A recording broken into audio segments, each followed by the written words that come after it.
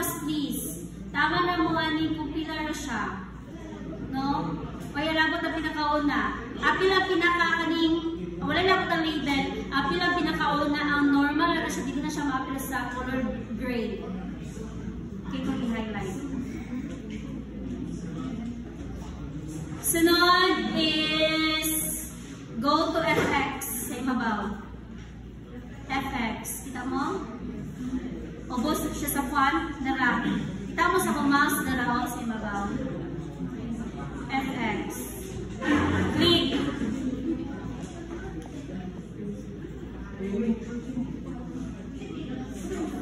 Next is kita mo dira search function. Ayan na wala labot. Diri mo or select a category. Ang select a category, diri mo sa arrow down niya para maklik ninyo, pagitaan ninyo si statistical. Statistical. Dara arrow down, i-click and then find statistical. Statistical.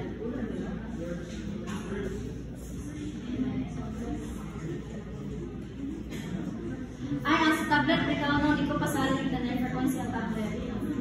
Mo, diri sila, o diri sila. Ang yun na nagbubuhatan is mag-video or matanaw, no? Isaon. Or kanayang papadira. Sige.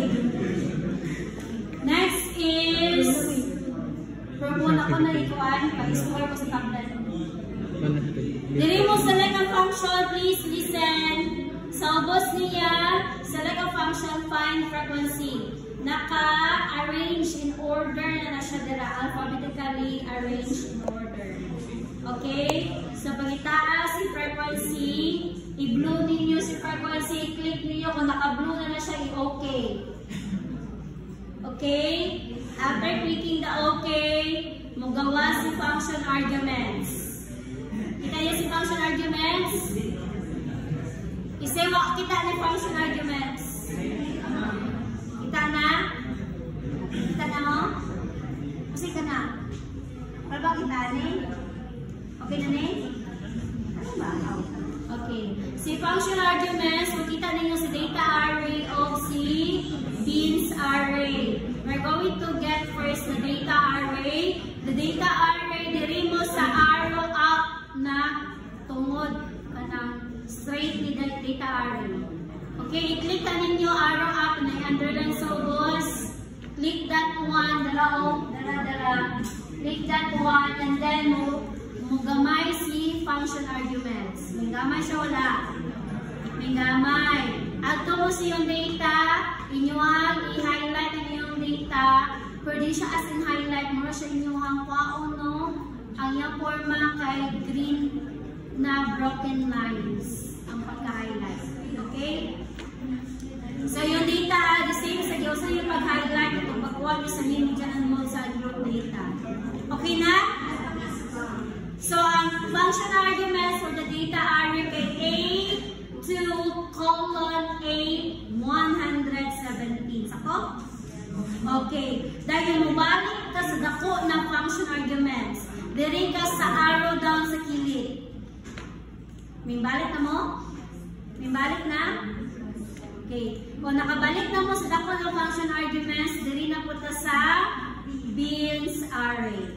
I-click niyo to sa beans array, balik ko ha. I-click niyo niya again, same with the data array. I-click niyo niya siya, and then i-highlight ang inyong upper limits excluding the last value. Why appeal ang last value? Always why appeal ang last value. Okay? Dayon, balik na po sa dako na function arguments. Okay na? Okay. Now, are you okay? Gamiton ninyo ang duwa ninyong makamot. Kaya idungan natin si Control Shift o Enter. Ang inyong buhaton, unahon ninyong tuslok si Control. Kita si Control. I-hold. Ayaw buhi. I-hold si Control. Ayaw buhi yung kamot. Sunod ninyo kay Shift. Ayaw buhi. Shift.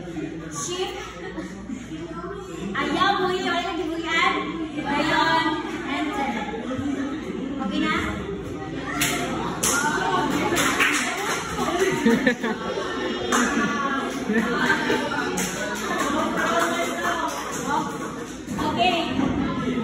Explanation. Ma'am, what's the classes of frequency? Funny classes, this will be your interval, no? Remember, class, sa classes class, kailangan ma-apply lang yung maximum value. Kung sa yung maximum value, 99. No? Okay. Example, kung yung maximum value is 102, na-apply lang yapon siya sa classes. Though dili siya visible, dyan na makita sa classes, pero na-belong siya ni 100 to 104. Okay? So, for example, class, kung inyong classes, kay tama na siya, wala nilabuta, ang inyong number of classes kay 6 ra. Dayon, ang inyong last value niya sa upper limits kay 98. Na ang inyong highest value is 99. So, wala na. Upper limits o highest. Karon, kung hindi ma-apply ang inyong highest value sa classes, sa interval, sa mga categories, sa matagpuan niya, matag-class niya, ang kasabutan na mali ang inyuhang number of classes, or kung sakto naman dito mali ang pagkuha sa inyuhang classes. Nasabtan. Okay. Ang kaning frequency, this is the tally in every class. Okay. Karon, di ba nakabantay mo last time na pagkuha na ko sa median kay mag-array ta. Dayon, natulog na ibawan kung pila ka buo ang 89, ang 90, di ba? Namatay ba na balik-balik? Karon plus, kanang frequency, iyahang gitali or iyahang giihap kung pila ka buo values na belong ni 70 to 74. So, kani siya na category nila, nag-start niya siya ni 70, 71, 72, 73, and then 74. Karon, nag-ihap sila kung pila ka buo 70 to 74.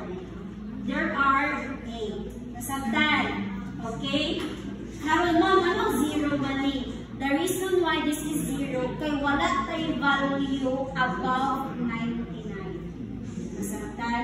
Ma'am, 0. So, wala yung value na 100 to 104. Nasabtan? Okay. Pero ma'am, pwede na po siya i-reason. Pwede kailan po siya i-reason class, but we're going to stick with the number of classes, which is 7. Nasabtan?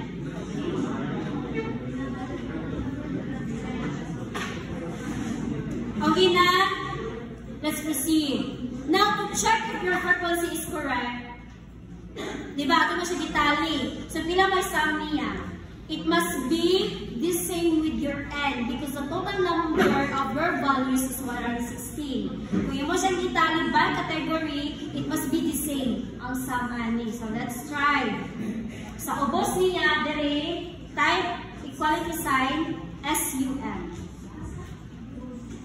Sa ubos na, sa ubos. Sum, SUM. And then, highlight the values of your frequency from A to 0, and then enter. So, if it is the same with your n, therefore, your frequency is correct. Usapkan? Sum.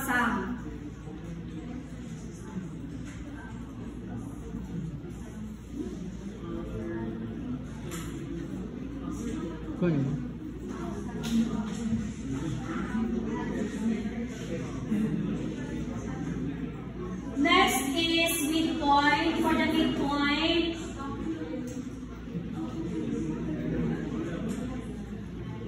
okay, ang midpoint class, this is the middle value of your classes. Masahon siya pag sa middle value of your classes, i-add ang lower limit o upper limit, dahil i-divide siya o 2. Lower limit of upper. Okay. Lowest. Equality sign for the midpoint. Class, listen. Karon diri magsugod nga ang ato arang kwaon kay ang first value dahil i-drag sa dali nato. Okay? Sige. Equality sign. Open parentheses. Click your first lower limit, 70, plus your first limits, before, close, divide 2. Again, equality sign, open parentheses, click the value of your first lower limit, plus the first value of your upper limit, close parentheses, divide 2. Enter. Try on drag. Okay na? Yes. Video din na.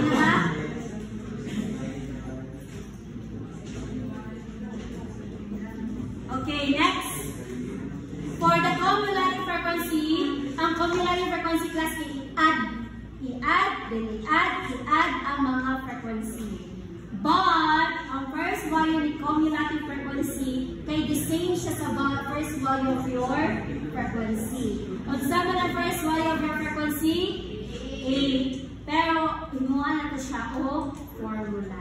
Okay? Equality sign. Type sum S-U-M. Dahindag ko. Double click. Click your first frequency.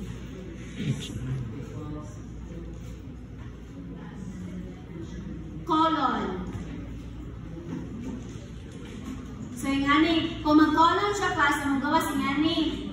Diretso. Duwa ka H9 sa kuha. Kamu mo, duwa po kamuog kung sa ang cell ni A. Okay? So, next is, tingnan na, ang kanil kaduwa, mo ni atong i-maintain kung tangan na ito o dollar sign. Duwa buok, before and after. Okay? Okay na ni? Yes. Isa ito mag-colon. Okay. Enter. Enter ako na ang isang kana kay again. Again. Dollar sign. Ang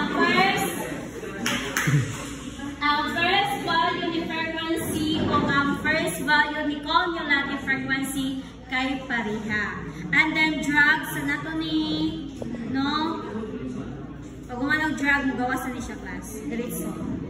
And then, the last value of your cumulative frequency is the same with your N. Ma'am, yun sa man siya. Katagi, usang ka pasabot ni add ni mo, no? Okay. 18 plus 16, the answer is 24.